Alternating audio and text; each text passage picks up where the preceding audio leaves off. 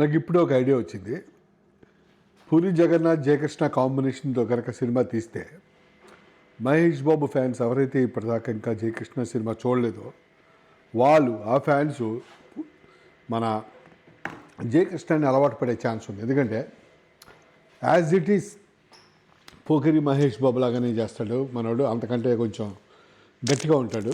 అయితే మహేష్ బాబుకి core Mahesh Babu fans, who are not super star Krishna fans, వాళ్ళకి ఎప్పటి నుంచో పోకిరి బిజినెస్ మ్యాన్ లాంటి సినిమా తీయమని పూరి జగన్నాథ్ని అడుగుతున్నారు. పూరి జగన్నాథ్ ఏమో ఒక ఇంటర్వ్యూలో మహేష్ బాబు హిట్స్ ఉంటే తప్ప సినిమాలు ఇవ్వడు, స్వార్థపరుడు, కానీ మహేష్ ఫ్యాన్స్ మటుకు గొప్పవాళ్ళు అన్నాడు. కానీ ఈ విషయంలో నేను మహేష్ బాబుని సపోర్ట్ చేస్తాను. ఎందుకంటే ఒక సక్సెస్ఫుల్ పర్సన్ మహేష్ బాబు అవతల వ్యక్తిలో చూసేది హిట్లు ఇచ్చాడో ఫ్లాపులు ఇచ్చాడని కాదు, అవతలవాడు ఎంత కమిట్మెంట్తో ఉన్నాడని.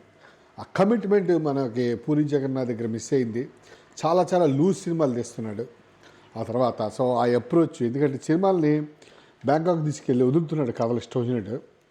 సో అది చూసిన మహేష్ బాబు జాగ్రత్త పడ్డాడు. కానీ పూరి జగన్నాథ్ కొంచెం ఒళ్ళు దగ్గర పెట్టుకొని, మహేష్ బాబు ఎలాగో కాల్ షీట్ ఇవ్వలేదు కాబట్టి, జయకృష్ణ మహేష్ బాబు కంటే టాలెంటెడ్ కాబట్టి మహేష్ బాబుని యూజ్ చేసుకునేది, జయకృష్ణని యూజ్ చేసుకొని మహేష్ బాబుకి అందేలాగా గొప్ప మెసేజ్ ఇవ్వాలి, జయకృష్ణని మహేష్ బాబు రేంజ్కి తీసుకెళ్లాలని నేను కోరుకుంటున్నాను.